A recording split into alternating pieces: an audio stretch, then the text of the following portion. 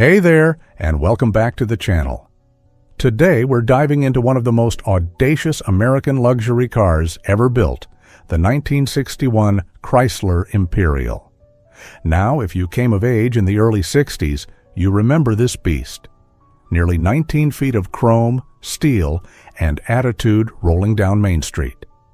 But here's the thing, the 61 Imperial wasn't just another luxury car. It was Chrysler's bold statement that they belonged at the table with Cadillac and Lincoln. And boy, did they make their presence known. Picture this. It's 1961. John F. Kennedy has just been inaugurated. The Berlin Wall is going up. America is staring down the Soviet Union in the space race. And on American roads, the automotive arms race is reaching its own fever pitch. Detroit's Big Three are locked in a battle of chrome, fins, and horsepower. This is the world that birthed the 61 Imperial, a car so excessive, so unapologetically American, that it would become the last hurrah of the tailfin era. So buckle up, because we're about to uncover 13 facts about this land yacht that'll blow your mind. Some of these you might have heard rumors about. Others? Well, they've been buried in the history books for 6 decades. Let's get into it. Fact 1. It wasn't actually a Chrysler right off the bat. Let's clear something up. Despite what you've probably called it your whole life, the 1961 Imperial was not a Chrysler Imperial. In 1955, Chrysler Corporation registered Imperial as a completely separate make. Its own brand, just like Cadillac was to General Motors or Lincoln was to Ford.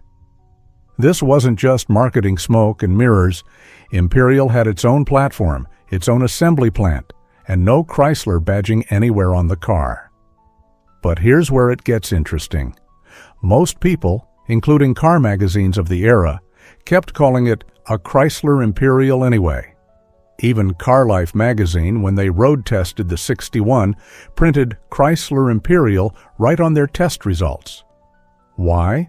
Because from 1926 through 1954, Imperial had been Chrysler's top model name. Nearly 3 decades of calling it a Chrysler Imperial wasn't going to disappear overnight.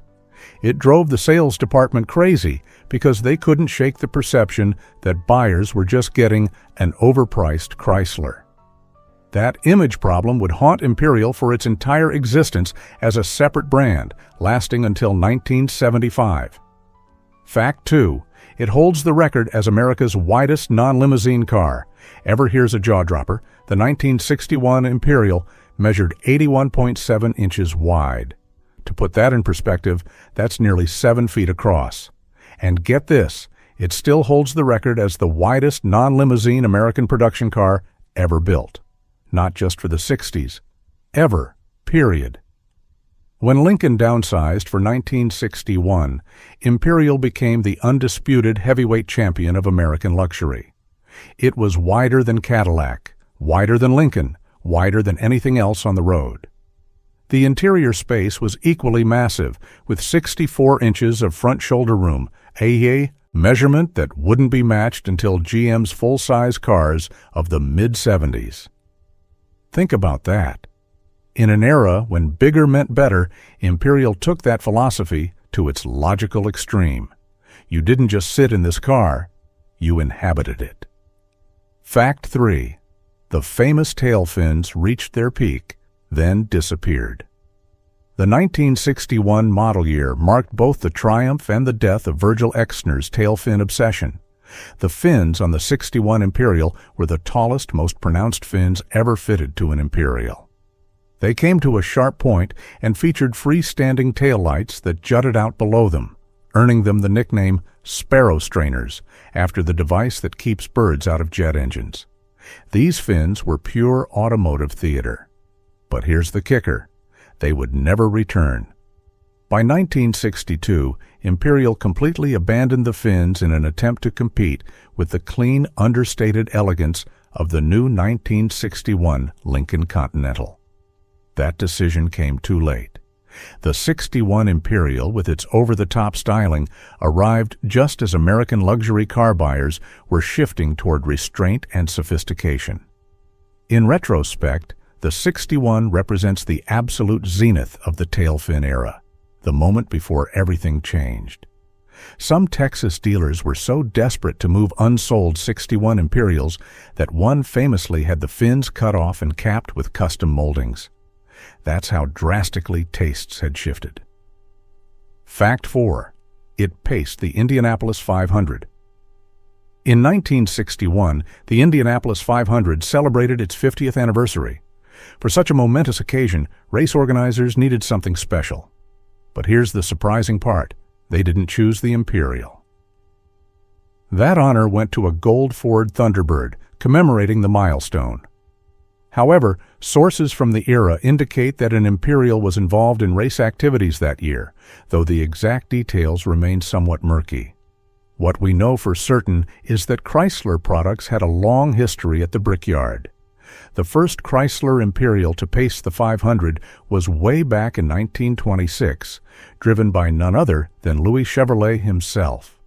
The Imperial's involvement in racing culture, whether as official pace car or parade vehicle, cemented its status as a symbol of American automotive achievement. Fact 5. Freestanding headlights were actually an engineering compromise. Those distinctive freestanding headlights, mounted on short stalks in cutaway front fenders, look like a deliberate throwback to 1930s classics, right? Well, yes and no. Virgil Exner, Chrysler's design chief, was obsessed with neoclassical styling cues. He wanted hidden headlamps for the 1961 model. But hidden headlights proved too expensive to engineer. So instead, they went with these freestanding light pods that required complex fender stampings to make them work. Here's the ironic part. By the time all the engineering work was done to accommodate these freestanding lights, they probably cost as much as, or more than, hidden headlamps would have. But the look was pure Exner, evoking the elegance of pre-war luxury cars while somehow still looking space-age and modern. These headlights became one of the most recognizable features of the 61 Imperial, even if they were born from budget constraints. Fact 6. It had a squared-off steering wheel. Open the door of a 1961 Imperial, and you're greeted by one of the most unusual dashboard features of the era: a squared-off steering wheel. Chrysler introduced this peculiar design element in 1960, and it lasted through the early 60s. The official explanation? It supposedly provided better knee clearance and improved driver comfort. But let's be honest, a smaller round wheel would have worked just as well for knee room, especially with Imperial's standard power steering. The real reason was styling.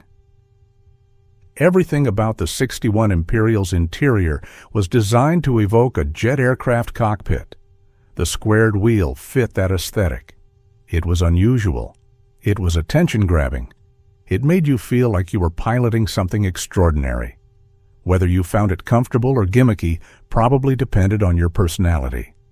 But one thing's for sure, nobody forgot it. Fact 7. You shifted gears with push buttons. Forget column shifters or floor-mounted levers. In 1961, you operated your Imperial's torque flight transmission with a bank of push buttons mounted vertically on the left side of the dashboard. RND21.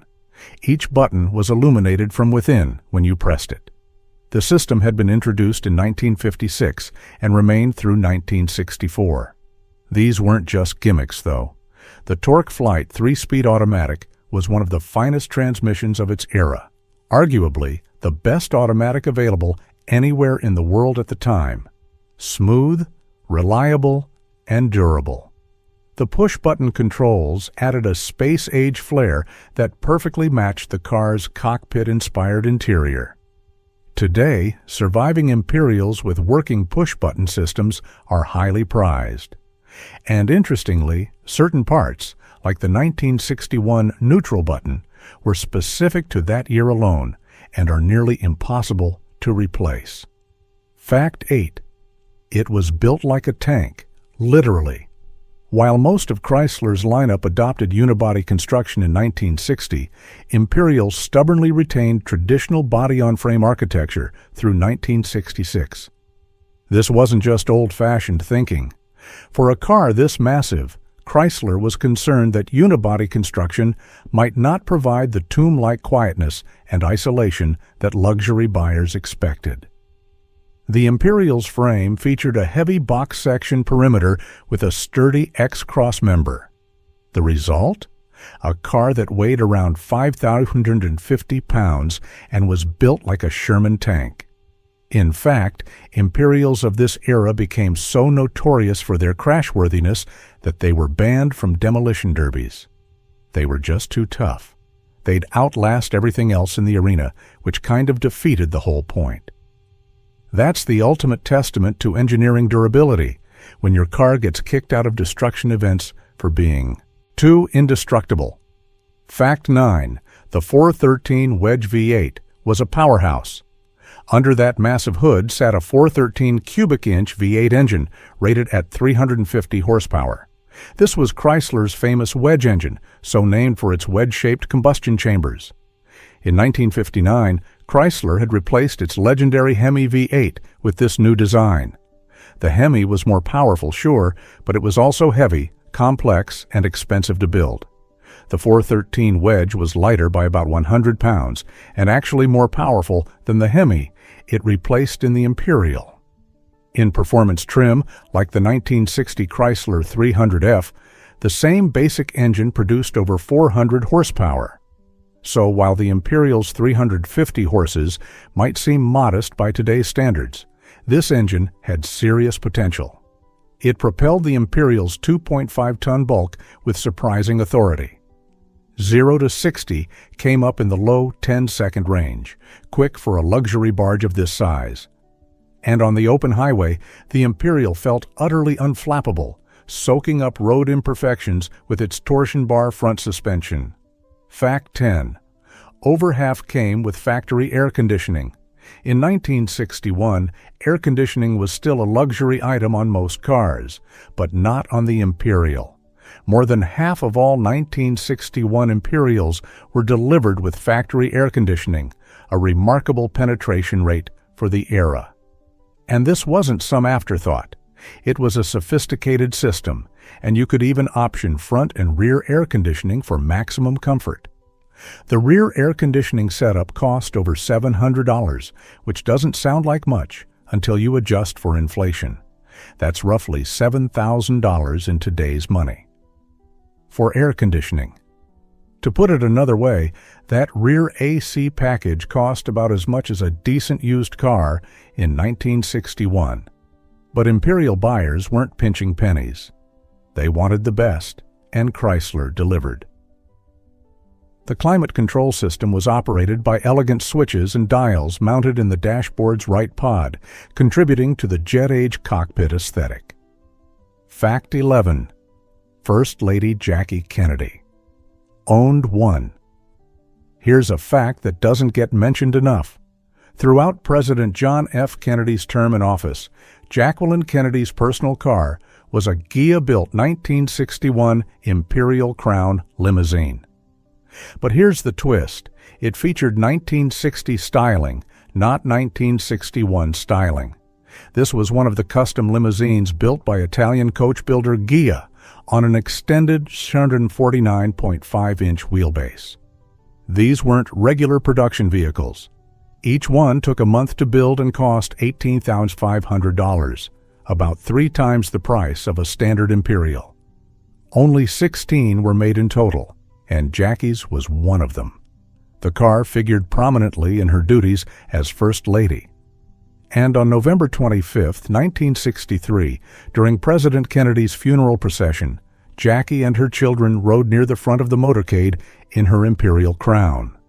It was a somber final chapter for a car that had represented the optimism and elegance of the early 60s. Fact 12.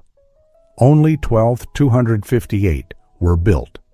Despite all its luxury, technology, and engineering excellence, the 1961 Imperial was a sales disappointment.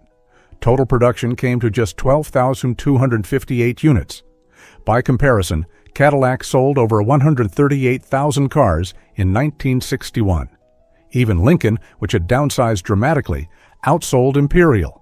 The convertible was particularly rare, with only 428 built. Why did Imperial struggle? Several reasons. First, that lingering perception that it was just an expensive Chrysler.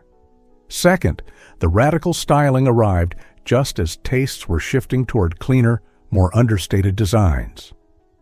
Third, quality control issues. Rushed development had led to problems with torsion bars and build quality that damaged the brand's reputation. And finally, you bought an Imperial at a Chrysler Plymouth dealer, not at a standalone Imperial showroom like you'd find for Cadillac or Lincoln. It never achieved that separate, prestige identity that Chrysler so desperately wanted. Fact 13. Frank Sinatra owned one, sort of. Now, before you get too excited, let me clarify. Frank Sinatra is often associated with the Imperial, but not the 1961 model. Old Blue Eye's connection came much later with the 1981-1982 Frank Sinatra Edition Imperial, a completely different car from a completely different era. However, sources from the period do indicate that Sinatra owned a 1961-era Imperial at some point during the early 60s. Given Sinatra's well-documented love of luxury cars and his friendship with automotive executives, it makes perfect sense. The Imperial matched his image perfectly, bold, unapologetic, and dripping with American style. Whether he kept it long or traded it in quickly, we don't know. But the fact that Frank Sinatra, the chairman of the board himself, saw fit to pilot a 1961 Imperial tells you everything you need to know about the car's status symbol appeal. So there you have it, 13 facts about the 1961 Chrysler Imperial that prove this car was so much more than just another luxury cruiser. It was the widest American car ever built. It was engineered like a tank. It featured space-age technology like push-button transmission controls and advanced climate systems. It paced the Indianapolis 500 and was driven by a First Lady. And yet, despite all that, it remains one of the most underappreciated cars of the golden age of American automotive design. The 1961 Imperial represents a moment in time that we'll never see again. When American car makers swung for the fences with outrageous styling, when bigger truly was better, and when luxury meant presence, not just comfort. It was excessive. It was audacious. It was gloriously, unapologetically American. Now I want to hear from you. Have you ever seen a 1961 Imperial in person? Maybe you grew up around one, or perhaps you were lucky enough to own or drive one. Drop a comment below and share your experiences. And if you've got photos or stories about these magnificent machines, please share them with the community. That's how we keep the history of these incredible cars alive. If you enjoyed this deep dive into automotive history, do me a favor, hit that like button and subscribe to the channel. We've got plenty more classic car content coming your way, and you won't want to miss it.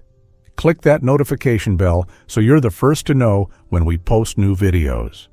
Thanks for watching, and until next time, keep those classics on the road.